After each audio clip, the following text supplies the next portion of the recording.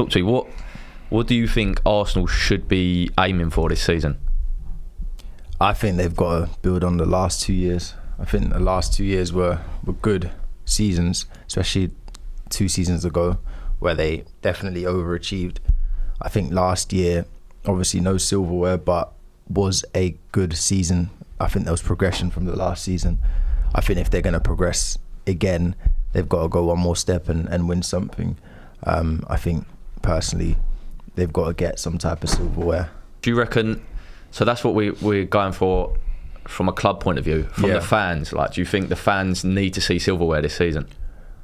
I think fans need to see silverware for sure. I think fans obviously want to be winning stuff, want to have those kind of bragging rights with their rival fans. You know, I know it's not necessarily what it's all about, but at the end of the day, you're playing for your fans, and I think if you can make your fans happy, that helps them to buy into what you're doing. So I think at least a domestic trophy as a very minimum is what Arsenal should be targeting this year. Yeah, I just don't know. I feel like a lot of fans, let's say we win, a domestic trophy, let's say we win even the FA Cup or the whatever it's called now, what's it called, the Carabao Cup. Yeah.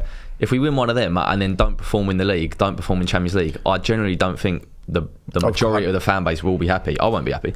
I think we've got to perform in the league. There's no question about that. Yeah. But by performing in the league, I think we've got to go for another full-on title race. I think the target has to be to go one step further and win the title 100%. I don't think Arsenal can be going into this season and sort of say, let's flirt around with the title and then win a domestic cup. I think they've got to go one further and really try and go and win that Premier League trophy.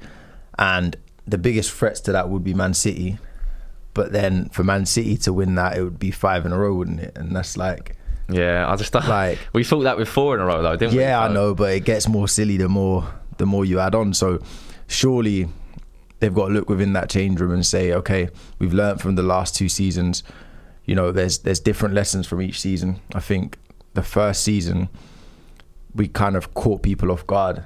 And like people weren't expecting us to be that good, so we ran away with it with the first 20 odd games, and then took everyone by shock, wasn't it? Really, it was just basically like wherever they come from, out of nowhere. And then we didn't manage to hold on. Last season, everyone was expecting us to be right up there, and to be honest, we went about it so well in the sense that at the start we weren't necessarily clicking, but the wins were there, the points were there. We were always in and around it.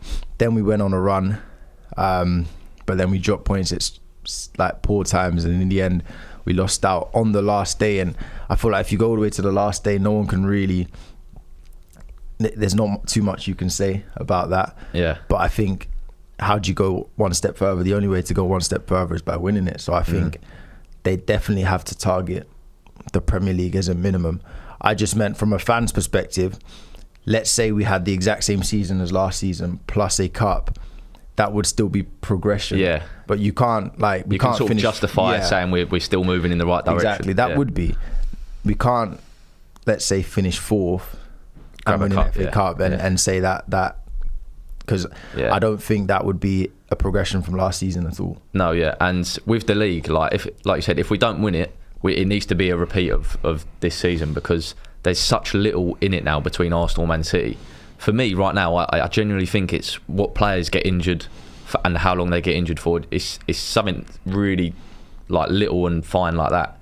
I think if we get an injury that's like mid to long term, like two months or more, to a player that's sort of a regular starter, then that could be the difference between us beating City in the league and not, really. Yeah, it's fine margins. When the title race goes to the last day, that is literally one game across the 38-game season that if it went the other way, the other team wins. And that could literally be down to the smallest things, like who got injured in that game or, what players were available. So there's very little margins. You'd still say City are ahead because they won the last 2 leagues, but not by much. And we saw in the head-to-heads, like Arsenal got 4 points out of 6 in the head-to-heads with City. So, you're not doing that randomly. It does say that Arsenal are, right behind them.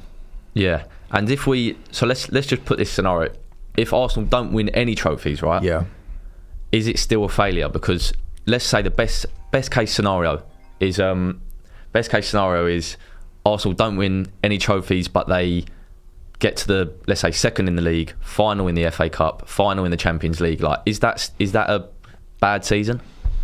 Is it a failure of a season for Arsenal? Because we've not won anything. Yeah, so the non-trophies questions is vague, isn't it? Because it depends on how the season went.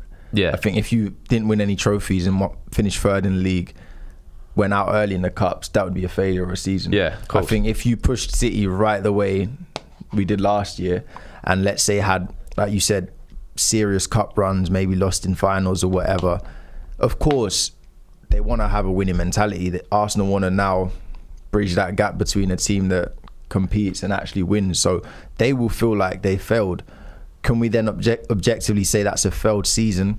I don't think so, because in that case it would still be progression, it would still be moving in the right manner.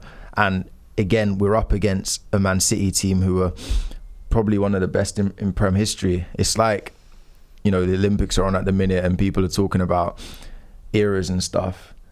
The guys winning gold at the Olympics in the sprint races right now are running a lot less times than the guys that were a lot slower times than the guys that were finished second and third in Bolt's era. But because they were against a machine, it was just they couldn't win. So you think Man City are Usain this Bolt? Man City team are basically Usain Bolt in the sense that they're generational, and with Pep in charge, it's going to take so much to beat them. It's a perfect storm in it with them, like the manager, the money, the player, everything together. They got the squad, they got the money, they got probably one of the best managers in Prem history all together in one era. It's gonna take a lot to beat them. So if we did push them all the way and went on some serious cup runs, would it be a failure? Probably not, but I definitely think there'd be a sense of disappointment within the squad because they've had that taste of coming close twice now. I don't think they want to keep coming close.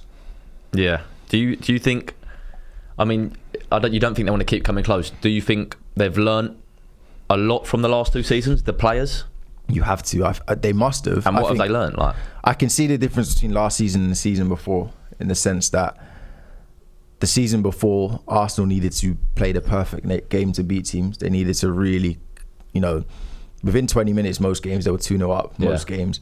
And then the games that didn't happen, we dropped points or we lost. Or we basically blitzed teams in like 40 minutes and then we sort of coast, slowly drop off the second That was half. the way in that two seasons ago. Yeah. Whereas last season, there was so many ways. There was still games, there was a period where we scored like over 4 goals in 3 or 4 games in a row. We still did that, but then there was games we grafted out results. Those games we came from behind. On a set piece or something like that. I think loads of set pieces. So I think we became a well-rounded team. I think if you look at all the areas of a game, like apart from the total points at the end of the season, I think we were first in most things, like goals scored, goals conceded.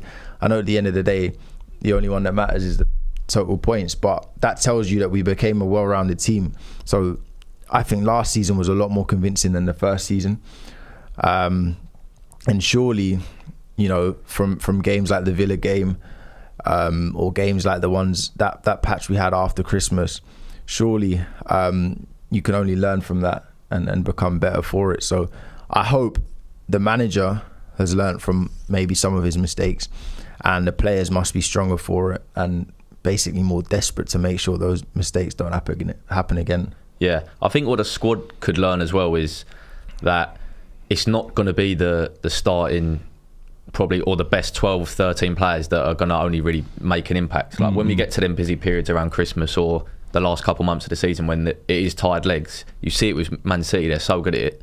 They can have a different starting 11 every week that's just the same level. Yeah, that's what the players who are not in our starting 11 need to realise that they do realise now that they're going to have to be playing a big part in the team for us to be successful. Yeah, and on that note, do you think that the current squad can do it without any further signings?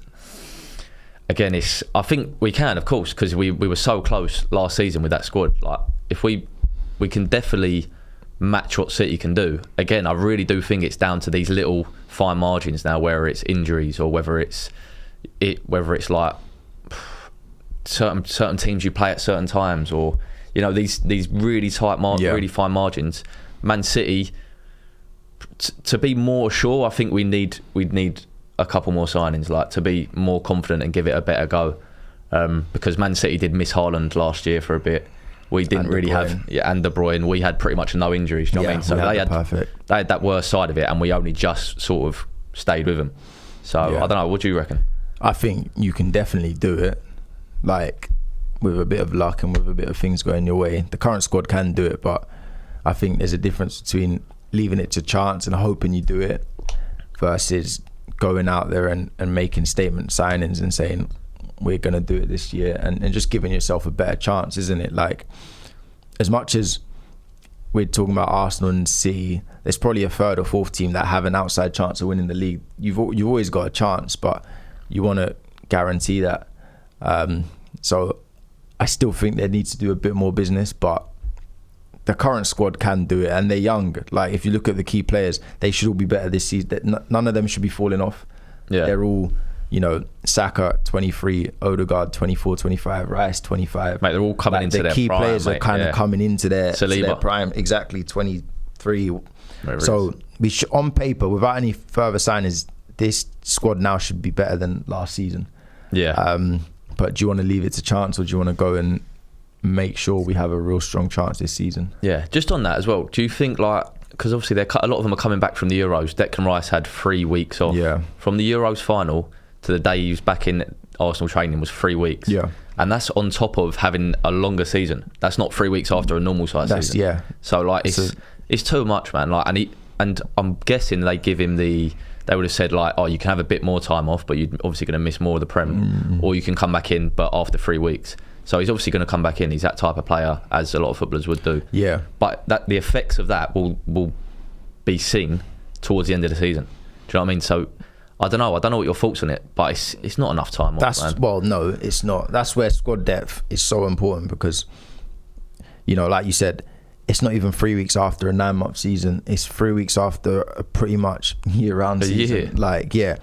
So it's not enough, because in that 3 weeks, whereas, like, let's say you had 6 weeks or 8 weeks, you'd have had maybe the first 2 weeks where you do nothing. Absolutely nothing, yeah. He's got 3 weeks knowing that he's coming back 2 weeks away from a Prem season. Yeah. He's not even, like, completely he's had able no time to take, off. No, he's going to be break, ticking really. over. Yeah. He would have had, like, a couple of days to do nothing, and then he has to start ticking over. So, yeah, it's a little mental break, but that isn't the best preparation for another Prem season. There's no doubt about that. So that's where squad depth is so important. Like, the stronger the squad you have, the more you're able to say, okay, first couple games, we might not even use Rice that much. Yeah. We might let him get more time to recover.